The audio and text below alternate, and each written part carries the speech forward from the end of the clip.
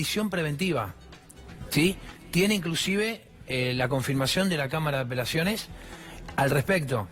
¿Qué quiero decir con esto? Imaginemos la situación particular, y leía al abogado de Cristina en sus consideraciones en el pedido de elevación a juicio de la presente causa, tratando de averiguar o de que alguien le explique lo inexplicable. Porque estamos en una connotación en la cual la doctora Cristina Kirchner fue citada indagatoria en la presente causa, sí.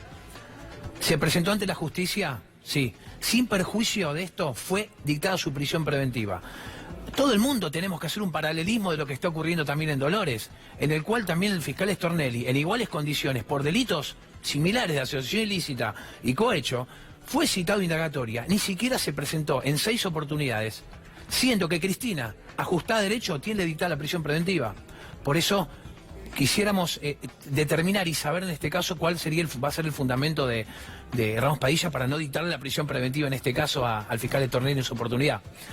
Teniendo en cuenta estas situaciones particulares, es lo que plantea la defensa de Cristina Kirchner, que quiere llegar cuanto antes a debate oral y público, porque tiene una serie de planteos más que importantes para tratar con otro tribunal, otro fiscal. Y recordemos que en la causa hice la comparación con Stornelli, porque el fiscal de esta cosa es Stornelli, y fue él quien solicitó el dictado de la prisión preventiva de Cristina Kirchner, inclusive habiéndose ajustado derecho del primer momento de la causa. ¿Qué puede pasar con todas estas solicitudes del doctor Veraldi en un futuro juicio? Bueno, por lo menos va a haber un tribunal distinto. Se va a sortear un tribunal que hoy no tiene idea de la causa. Lo que se llama el juicio oral es recrear otra vez toda la historia. Pero acá estamos hablando de flojedad en el procedimiento. Exactamente. Para llegar a la prueba. Que van a ser planteadas como excepciones previas, es decir, antes que se inicie el proceso, con lo cual la parte previa va a tener un montón de idas y vueltas. Recordemos que no es solamente Cristina Fernández. Los empresarios procesados y los exfuncionarios procesados, todos han planteado acusaciones a Bonadío, recusaciones a Bonadío, recusaciones a Stornelli. El tema que se ha denunciado de apretar a empresarios con la frase de que digan de que fue Cristina y se van a su casa.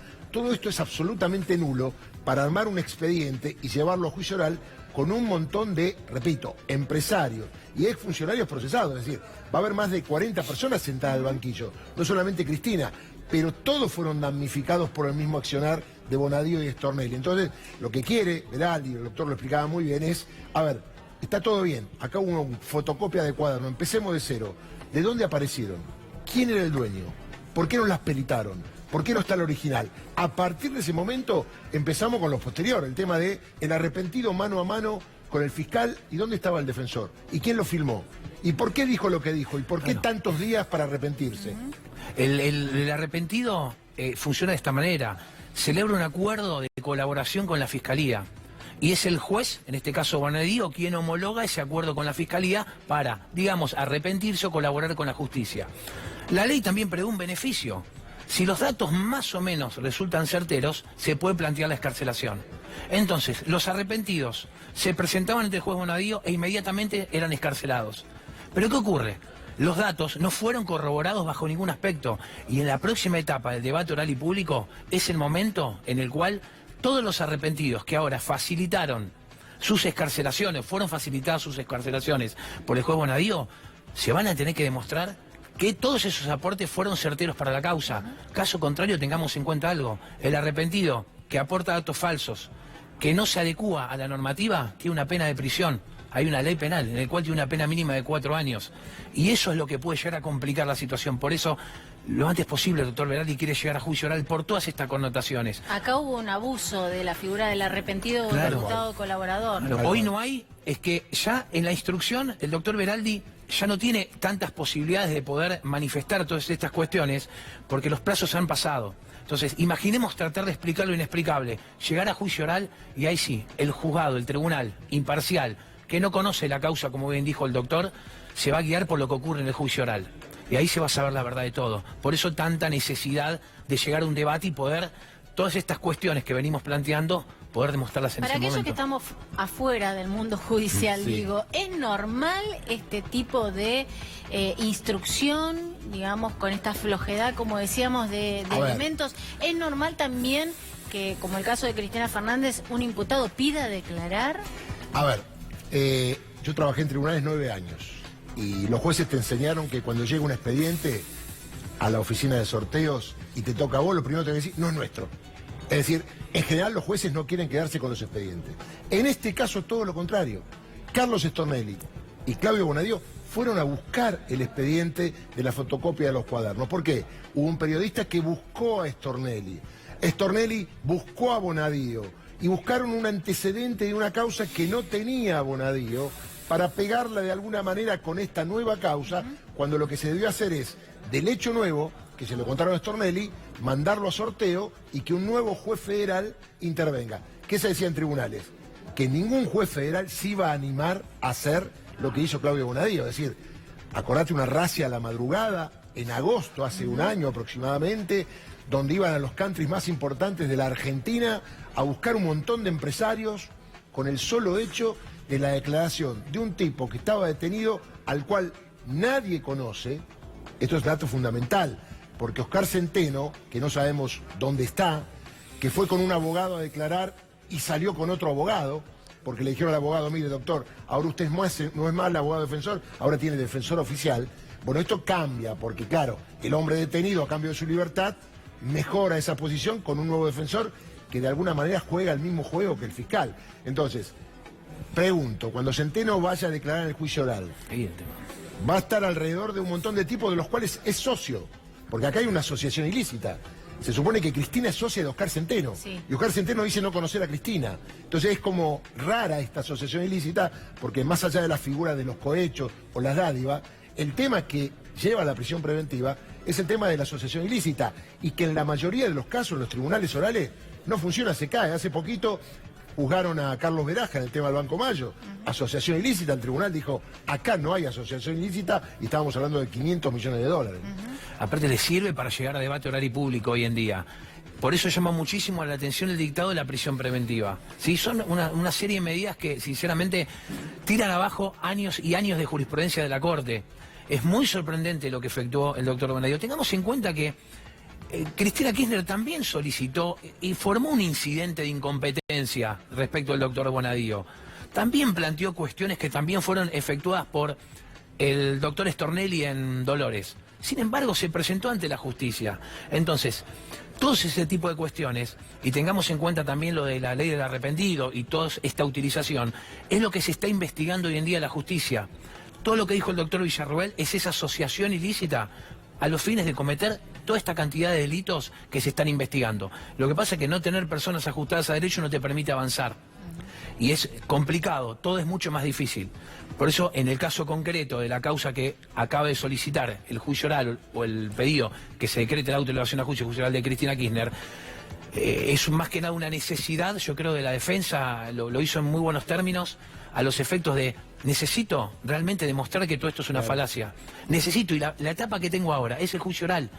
Y sabemos lo que puede llegar a tardar el cierre de la instrucción, la fijación de un debate oral y público, es interminable. Entonces, esta es sin duda una causa que ha tenido instancias donde se ha metido la cola a la política y también donde se ha buscado el efecto mediático. Una cosita más quería agregar. Recordemos también que en la causa de la obra pública, que sigue vigente, el debate oral y público, se plantearon, no solamente ahora como cuestiones previas, sino que hay recursos extraordinarios por el tema de toda la prueba que se le negó a la defensa, que ocurrió también en este caso.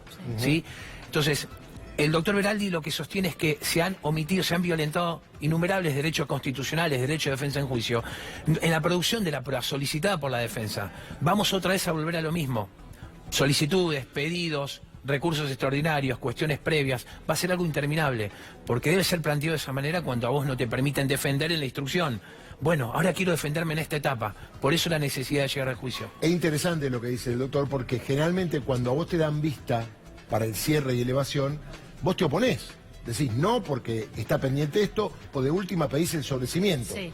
Acá Cristina dice, estoy de acuerdo, mándenlo a juicio oral, pero por esto, por esto, por esto, por esto. Y lo que llama la atención, que acá todos los procesados, inclusive los arrepentidos, están en contra de la instrucción.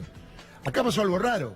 Después de arrepentirse, los arrepentidos apelaron el procesamiento de Bonadío. Dice, ¿qué apelaron? Si ustedes dijeron que colaboraron. No, apelaron y todos fueron a la Cámara y manifestaron que ese arrepentimiento fue de alguna manera llevado manus militari en el sentido de que estaban detenidos y después fueron excarcelados. Ahora, como se explicaba recién, si vos tenés un delito vinculado a aquel hecho y se ocurrió y encima mentiste para ser arrepentido, no vas a tener un hecho, vas a tener 2 hechos y lo cual vas a tener mucha respuesta. Y mentir con la ley de arrepentido es un caso duro porque no lo podés dar vuelta porque está todo formado en el expediente. Recordemos que no ha sido probado nada de lo que han dicho los arrepentidos. Los arrepentidos sí, yo pagué.